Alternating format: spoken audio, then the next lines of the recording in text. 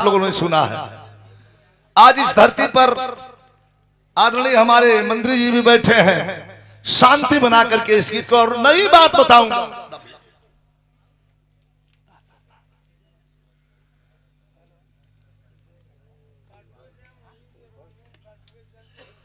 और देखा ये कृष्ण का अंश बाबा खाटू श्याम की सुंदर तस्वीर है, और ये अंग वस्त्र भी है, 500 रुपयों का पुरस्कार है। शुभ नाम का भैया? अच्छा, प्रत्याशी हैं, क्षेत्र पंचायत सदस्य के प्रत्याशी हैं कौशिक यादव। तो खाटू श्याम के खुद ही शरण में है, आप कहना क्या है। 500 रुपए का पुरस्कार दिए हैं। बहुत बहुत प्रणाम। जरा ध्यान से सुनिएगा इस बिरहा को। ये बिरहा अपना लिखा था न गवात। उस जमाने में गवात रहल जो ना जमाने में स्वर्गीय हमारा गुरु जी के जमाना रहे, रामदेव गुरु के जमाना रहे, बुल्लू गुरु के जमाना रहे, तब गवात रहल। बिरहा का शीर्षक बा खून की कीमत। एक पुस्तक मिली है जिस पुस्तक का नाम है वंशावली। यह मैं सिद्ध करूंगा आपको कि वीर लोरिक और सौरू के विषय में इतिहास आपने पढ़ा है, जानते हैं कि वो कहां के रहने वाले थे, कौन हैं, उनकी पूरी हिस्ट्री इतिहास उनका आपके सामने है।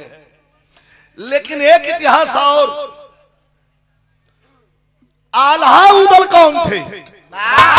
कुछ लोग कहते कि आल्हा उदल छत्री कुल के थे। मंत्री जी, आल्हा उदल छत्री नहीं, छत्री थे लेकिन यदुवंशी छत्री थे, यादव कुल के थे।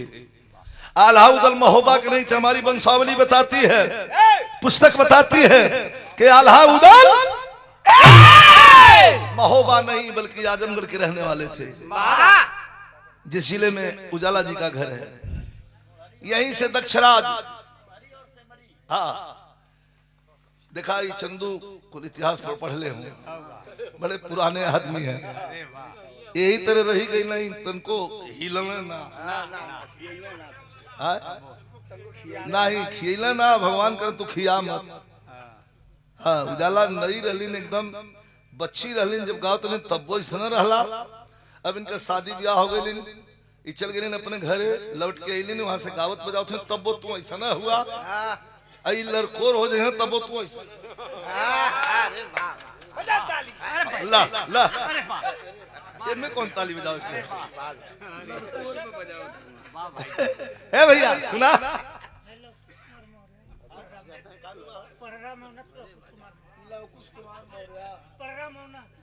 पड़रा भैया, नाम पड़रा के बाद मौना,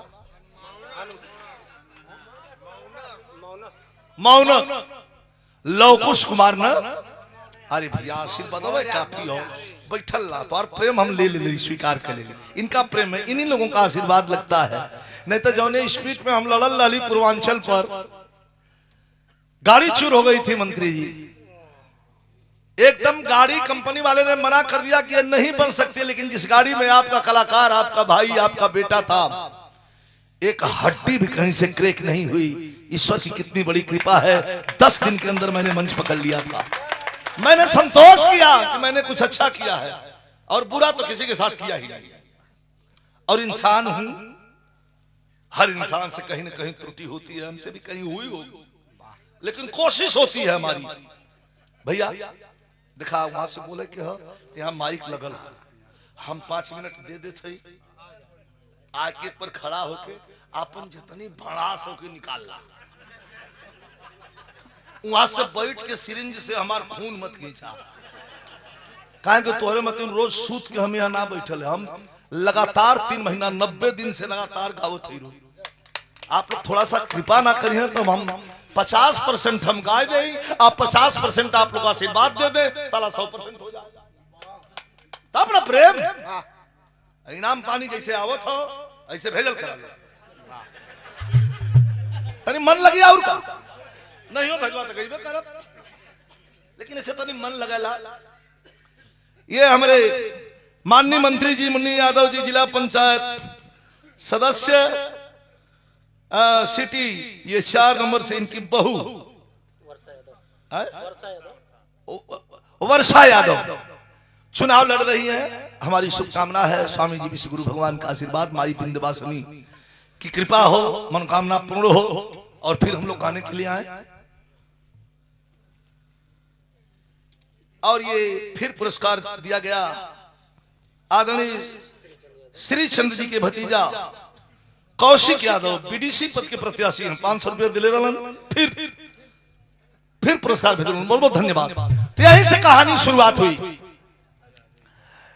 आजमगढ़ से पलायन करके भाग के खड़े हुए उनके खानदान के लोग और जा करके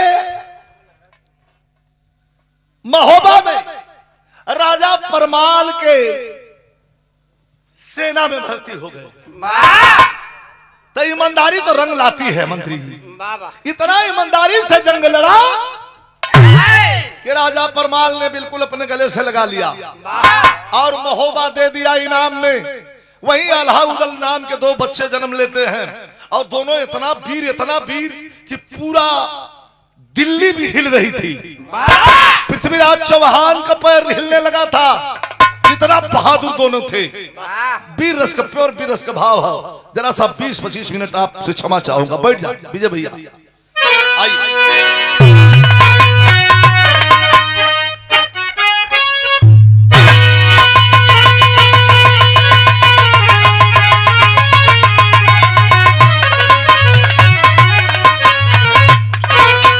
भूमिका में भाव हो।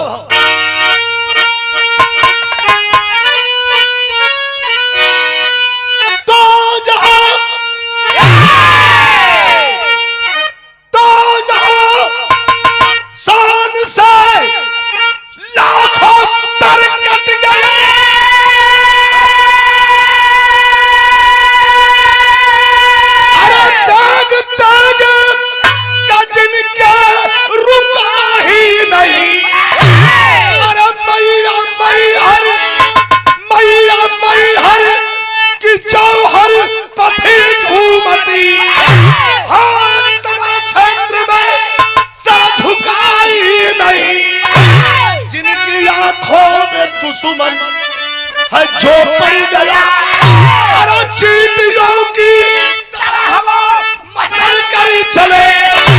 अरे यार उगल निकलता था जिसरा मौत भी अपना रास्ता बदल कर चले।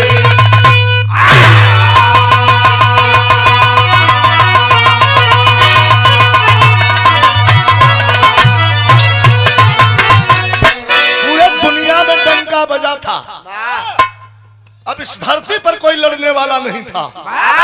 आल्हा उदल के आगे तर्ज लग गई। आजकल बहुत गजल चलत बा, लेकिन स्वर्गीय रामदेव गुरु बुल्लू गुरु को बिरहा से आप अलग नहीं कर सकते। ये लोग बिरहा की धरोहर रहे हैं। कुछ काम भैया धीरे से, ठीक, कुछ काम उन लोगों ने हमें सौंपा। उनके जाने के बाद बहुत बड़ी जिम्मेवारी हमारे सर पे थी। एक तरफ हमारा मन था कि फिल्म इंडस्ट्री में जाऊं, दूसरी तरफ मन था कि क्यों ना कुछ अच्छा पद मिल जाए लखनऊ में, तीसरे तरफ बिरहा पिकअप से उतर के एकदम पिक पर थी और भटकती हुई निकल रही थी। लग रहा था कि अब बिरहा खत्म हो जाएगी। ऐसे में मैं ऐसे हालत में बंबई से, उस समय बंबई से जो समय रिटर्न के लिए हम 3 साल के बाद, उस समय मैं 20 लाख का हीरो हो गया था। एक फिल्म का 20 लाख 18 लाख 20 लाख 18 लाख हमार और विराज भट्ट नेपाली हीरो दोनों के साथ में स्ट्रगल चल रहा था। कभी हम हो गए थे, लेकिन जब बिरहा की दुर्दशा देखा तो हम कहली कि भैया जहाज के अगली सीट पर बैठले, जहाज के पिछली सीट पर बैठे से नीक हो कि हम अपने फॉर्च्यूनर की अगली सीट पर बैठब। मैं दोबारा लौट पड़ा तो गुरुजी लोगों के याद में तर्ज हो लोग गावत रहल कैसे।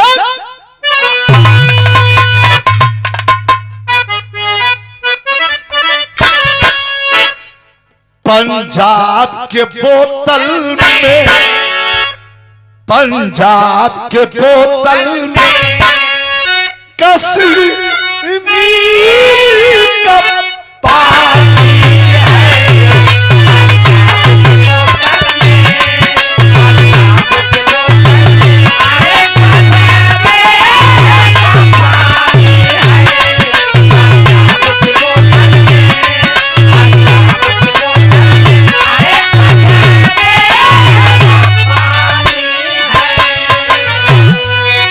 लाइन आऊ कि पंजाब के बोतल में कश्मीर का पानी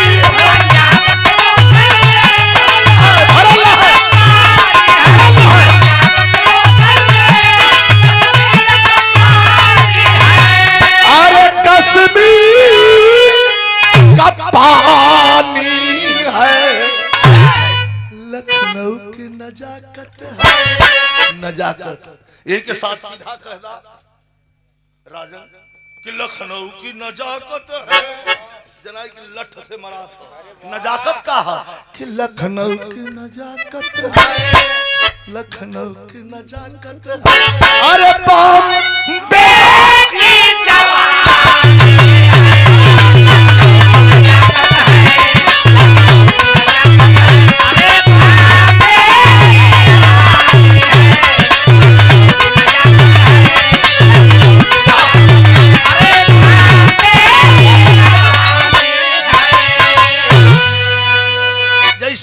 आगे बढ़ जाइए।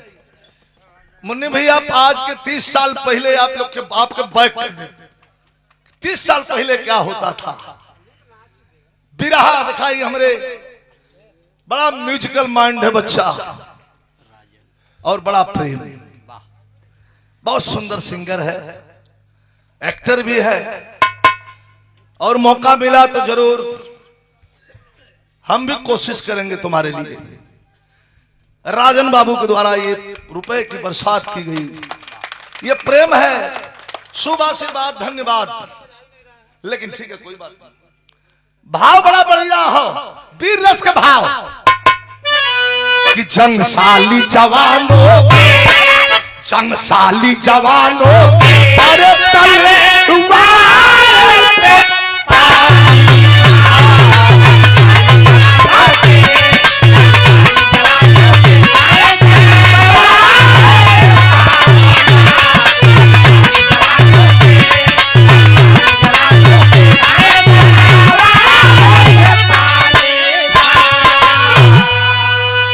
और ये 4 नंबर सिटी से आदरणीय हमारे मंत्री जी मुन्नी यादव जी की बहू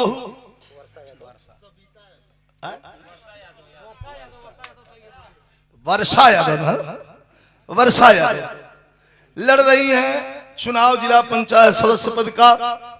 स्वामी जी की कृपा बनी रहे 500 रुपयों का पुरस्कार देकर मान बढ़ाया गया बहुत बहुत धन्यवाद। और ये बाबा जिला पंचायत सदस्य पद के शानदार सिटी वार्ड नंबर 3 से भावी प्रत्याशी विजय यादव शुभ आशीर्वाद धन्यवाद। पुरस्कार बहुत भेजवावत हुआ एक बार तनी यहाँ से आके लोगों को प्रणाम उड़ाम कर लिया भाई ना अभी बेटा लास्ट हो जाइए के पहले पूरा कर कहानी की शुरुआत हो गई। सुना बिरताई बाजार में नहीं दिखा बिरताई कहाँ होले बिरताई खून में होले। देखिए बिरहा की तिकड़ी क्या है कि जब शेर समर में सन के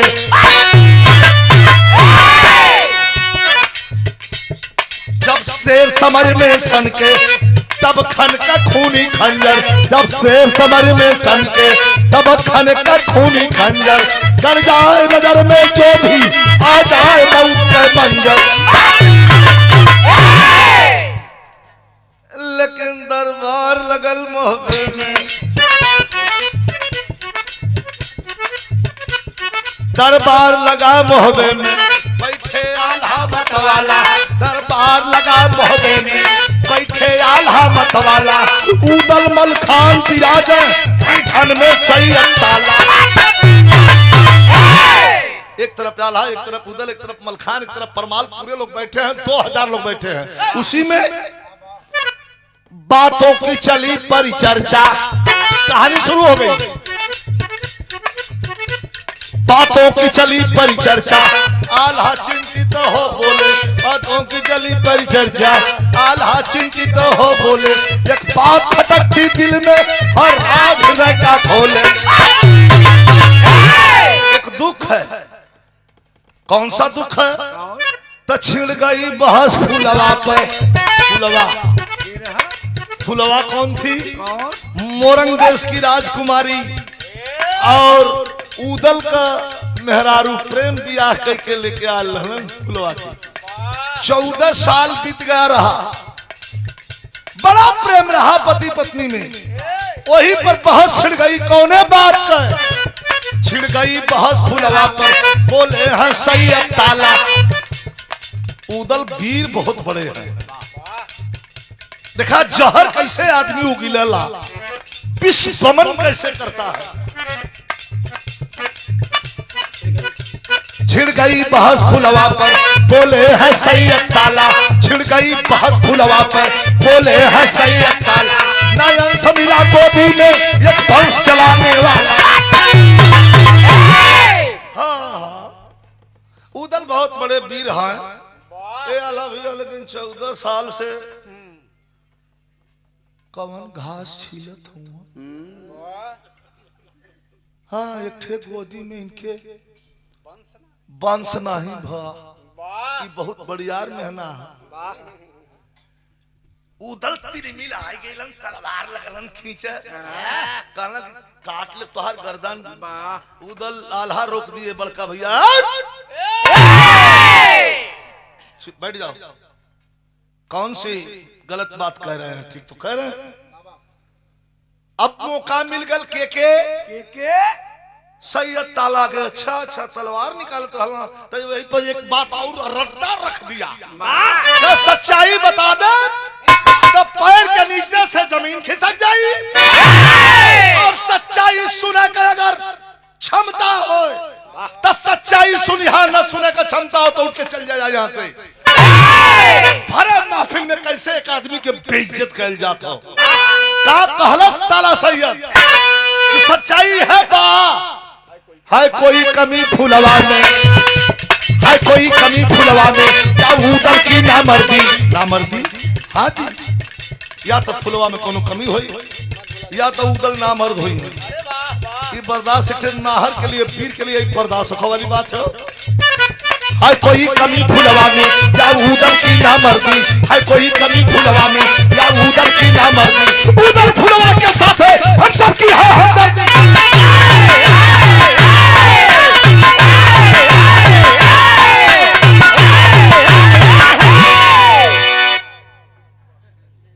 कोई कमी या तो फुलवा में हुई, और नहीं तो उदल है नामर्द हुई। ये भैया जा चल जाओ, मर्द बदे बहुत बड़ी बात है भैया। एकदम बनल है, शांति बनल है, यहाँ तक आवाज नहीं आवे। कोई बात हो तो जरूरी ना है कि एकदम चुप रहो, आप बतिया लें, लेकिन हमरे तक आवाज आई तो डिस्टर्ब। तो फिर वहीं से उदल उठते हैं और रोते हुए तलवार के मुठिया पर हाथ। गुस्से में आदमी होता है तो आपा खो बैठता है। और एक बात याद रहे, हमारे नौजवान साथी, युवा साथी हैं, गुस्से में आके कोई फैसला मत लेना। बिरहा गाने का मतलब सिर्फ बिरहा गा देना एंटरटेनमेंट नहीं है, कुछ अच्छी बातों का संकलन भी रखा जाता है। गुस्से में आकर कोई फैसला मत ले लेना, क्योंकि गुस्से में लिया हुआ हर फैसला गलत होता है। दिमाग को 2 मिनट का ब्रेक दो, सोचने का मौका दो कि हम क्या करने जा रहे हैं, इसका परिणाम क्या होगा।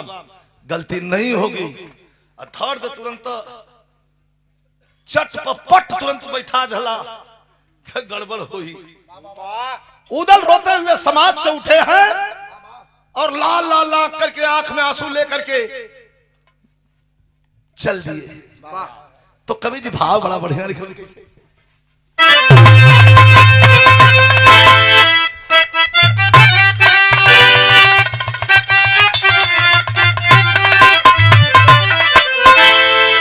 कि खंजर तेगा,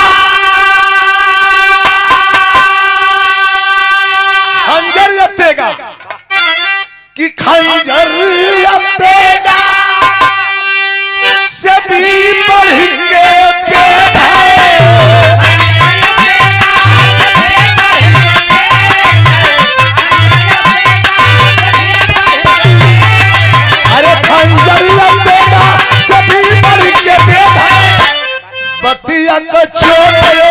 कर जवाब छेद।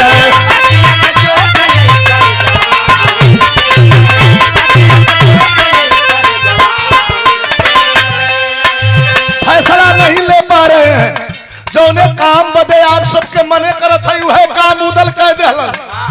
क्या खुद के उदल नहीं सकले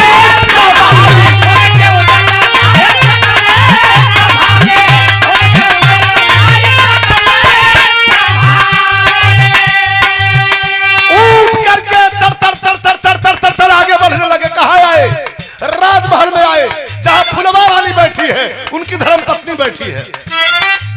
खुद के उदल अरे सकल सवारी फुलवा के मोह में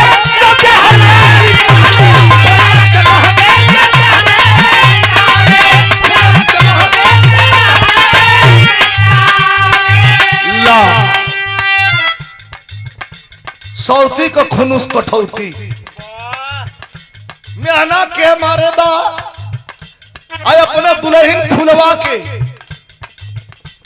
नींद लगत है।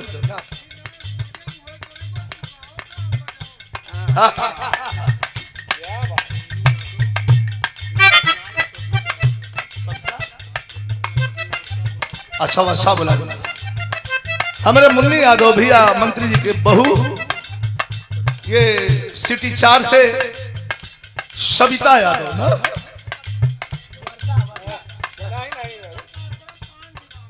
अच्छा अच्छा ठीक बा, कोनो बात ना, तो धीरे से हम आपके तकलीफ न दे, आप धीरे से एकदम बिल्कुल धीरे से आप लोग हम बैलेंस बनाए रहे।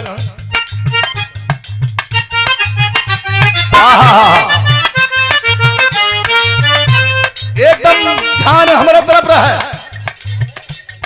उदल भैया बोला मत उदल मेहना की बात सुन के घर आते हैं और फुलवा रानी का पकड़ करके झोटा निकाल के बाहर फेंक दिए।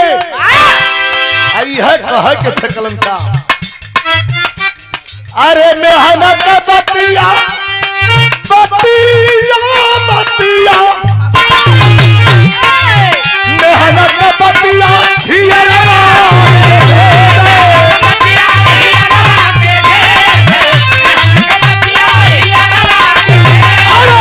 मेहनत का बतिया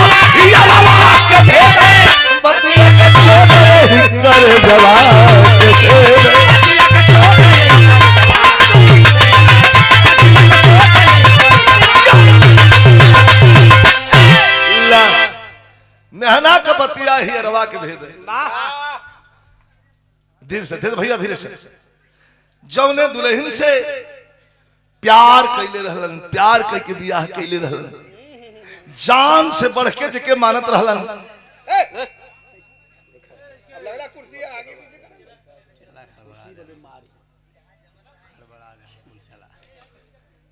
थोड़ा सा 10 मिनट पेशेंस बना के आप लोग सुनल जाए। आनंद बहुत आई, लेकिन बिरहा सुनो वाली चीज हो, ध्यान आप लोग का भटके हमार का बिगड़ हो। आप लोग बुलौले हो, काफी पैसा रुपया खर्चा करके हमारे राजन बाबू बुलौले हो, तो एक बिरहा तने बढ़िया से हो जाए। कहता पकड़ करके फुलवा रानी श्रृंगार कर रही है और पकड़ करके झटक दिए बाहर, कहते हैं उदल की चली जाओ यहां से। एक बात याद रहे, फुलवा जैसन सुंदर औरत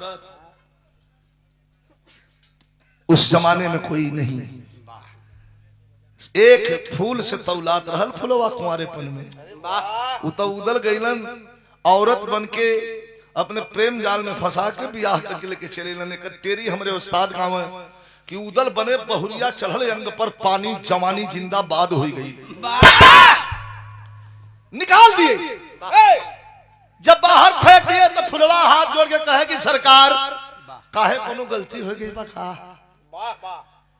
कहे हमार भैया रो तो भाई बतावा कि एक ठे पत्थरों का बेटवा दे दिए ले रहतू, अब भैया हमार खिला ले रहता। फुलवा समझ गई कि दिमाग इनका ठीक नहीं है, कोई इनके पीन मार दिए बा। कहे स्वामी हमारे बदे कोनो आदेश का आदेश ही है बा कि महोबा छोड़ करके निकल जाओ। अगर महोबा में दिखाई दे दोगी तो हमारी तलवार निकलेगी, और तलवार निकलेगी तो बिना खून लिए वापस नहीं जाएगी। बिरहा जो करवट ले लेलस, छोड़ करके उदल मुंह घुमा लिए, फेर लिए चले गए। 14 साल का प्रेम एक बात पर कैसे खटाक से फूटल। 14 साल का प्रेम, यहाँ तर्ज लग गई फिर उस्ताद। हालांकि ये फिल्म का गीत बा, लेकिन हमारे उस्ताद बड़ा हिला के गीत के गाँव कैसे मारते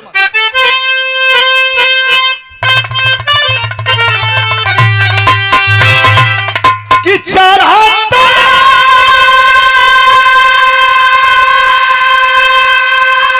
अरे चढ़ाता फागुन जारी गई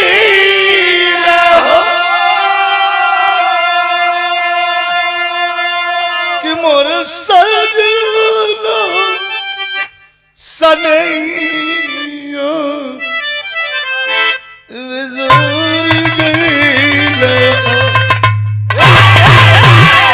खड़ी होके लाचार फुलवा झंखत बा, कहाँ जाई कहाँ आई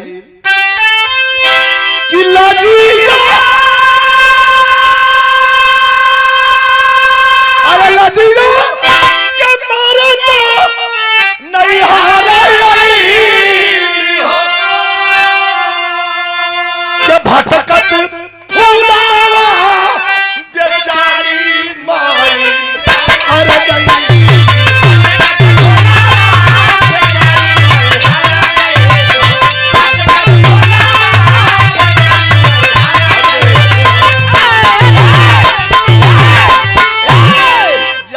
नहीं है। अब फुलवा आ गई भटकत भटकत मैहर। दर्शनार्थी लोग सीढ़ी चढ़ रहे हो नहीं के संगे भूखाइल पियासल। बुंदेलखंडी घूघट में बुंदेलखंडी घूघट इतना होबे करला, न ऐसे ऊपर होत न ऐसे नीचे होला। ये तो इतने पसेठ ला करे बॉर्डर पर कुछ लगल रहला तार टाइप का, हटत उड़त नहीं वो पसेठ होला।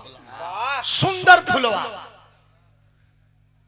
बुंदेलखंडी घूघट में ऊपर चढ़त लाल, आखिरी सीढ़ी पर आके बेहोश हो गए। एक आदमी दौड़ल दौड़ल गए पुजारी बाबा से कहलस कि बाबा एक बड़ी सुंदर औरत वही सीढ़िया पर लेटल बा।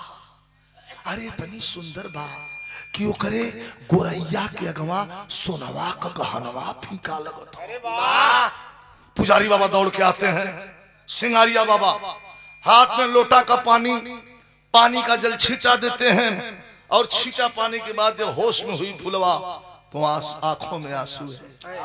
बाबा पूछे लगे कहाँ घर है बिटिया? रोवे लगल, कहलन नहीं पता। करे तोरे मांग में टटका सिंदूर लौकत रे, कौन है तेरा मालिक? कह कुछ नहीं जानित बाबा। तू रहने वाली कहाँ की है? कह कुछ याद नहीं बा। तब पुजारी बाबा कहते हैं कि जब कुछ याद नहीं है तो हम के अपन बाप चाहे भाई समझ के यहीं रहा। दो टिक्कर लगावा, एक तुम खाया एक हम खाई।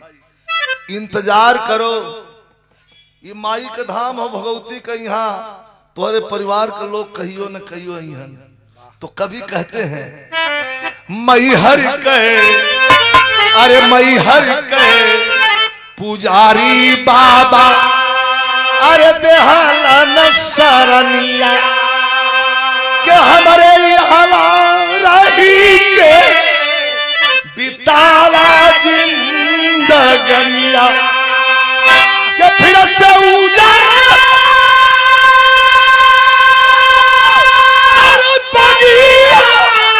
सवार गई हो